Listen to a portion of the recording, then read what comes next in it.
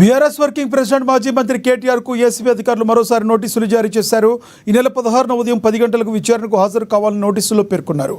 Formula E race కేసులో ఈ నోటీసులు జారీ చేశారు. కాగా ఇప్పటికే ఒకసారి A1గా ఉన్న కేటీఆర్, A2గా ఉన్న సీనియర్ ఐఏఎస్ అధికారి అరవింద్ కుమార్, A3గా ఉన్న HMDA మాజీ చీఫ్ ఇంజనీర్ BLN రెడ్లను విడివిడిగా విచారించారు. మరోసారి విచారణకు హాజరు కావాల్సి ఉంటుందని అప్పుడే చెప్పారు. ఇక ఇదే విషయానికి సంబంధించి మరింత సమాచారాన్ని మా ప్రతినిధి భవిత అందిస్తారు. భవిత, చెప్పండి, మీ దగ్గర ఉన్న తాజా సమాచారం ఏంటి?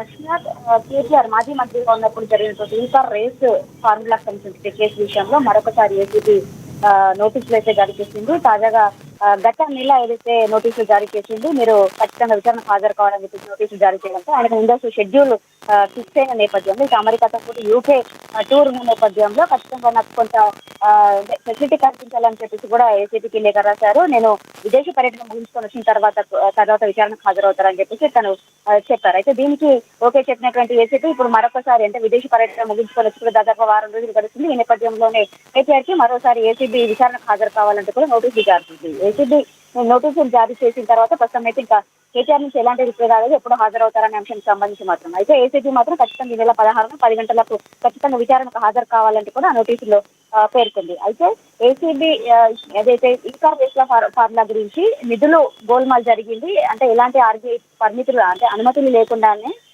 అంటే నిధుల మళ్లింపు జరిగింది అనే అంశానికి సంబంధించి పూర్తి స్థాయిలో ఈ కేసు అయితే అంటే నడుస్తుంది అని చెప్పేసి మనం చెప్పుకోవచ్చు. అయితే పూర్తి స్థాయిలో ఏదైతే అంటే రాష్ట్రానికి నిధులు తేవడం కోసమే ఈ కార్ రేస్ ఫార్ములా అని చెప్పేసి ముందుకు తీసుకొచ్చామని చెప్పేసి కేటీఆర్ పదే చెప్తున్న సందర్భం అయితే కనబడుతుంది. అయితే హైదరాబాద్ లో హుస్సేన్ సాగర్ చుట్టూ ప్రత్యేకంగా ఏర్పాటు చేసినటువంటి ఒక 2.8 కిలోమీటర్ల మేర ఈ కార్ రేస్ ఫార్ములాకు సంబంధించినటువంటి అది పోటీ నిర్వహించారు. అయితే 2023 ఫిబ్రవరిలో ఈ పోటీ నిర్వహించినప్పుడు పూర్తి స్థాయిలో దేశవ్యాప్తంగా కూడా భారీ ఎత్తున అభిమానులు.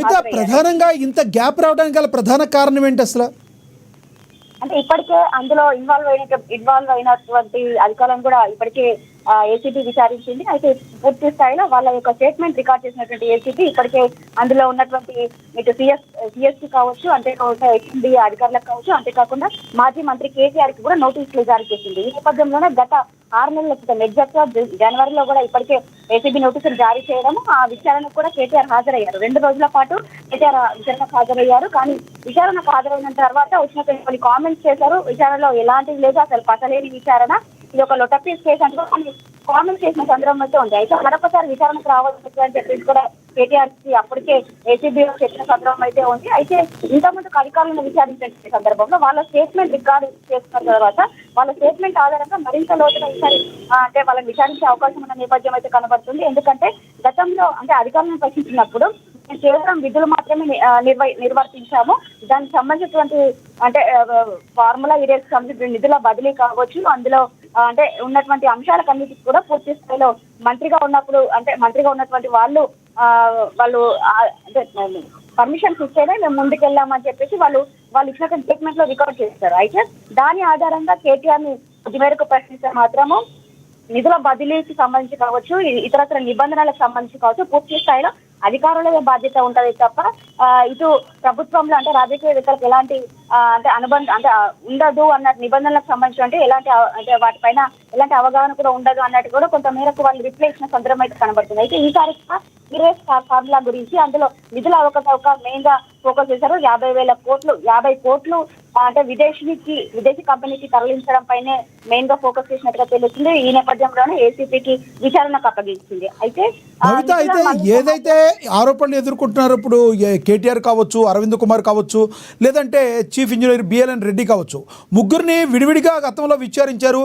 ఒక్కసారే వీరిని విచారించే అవకాశం ఏమైనా కనబడుతుందా ఒకేసారి?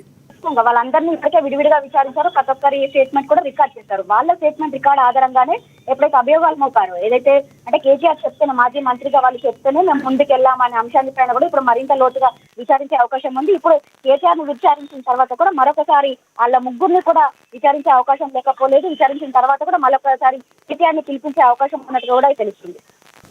Thank you Bhavitha.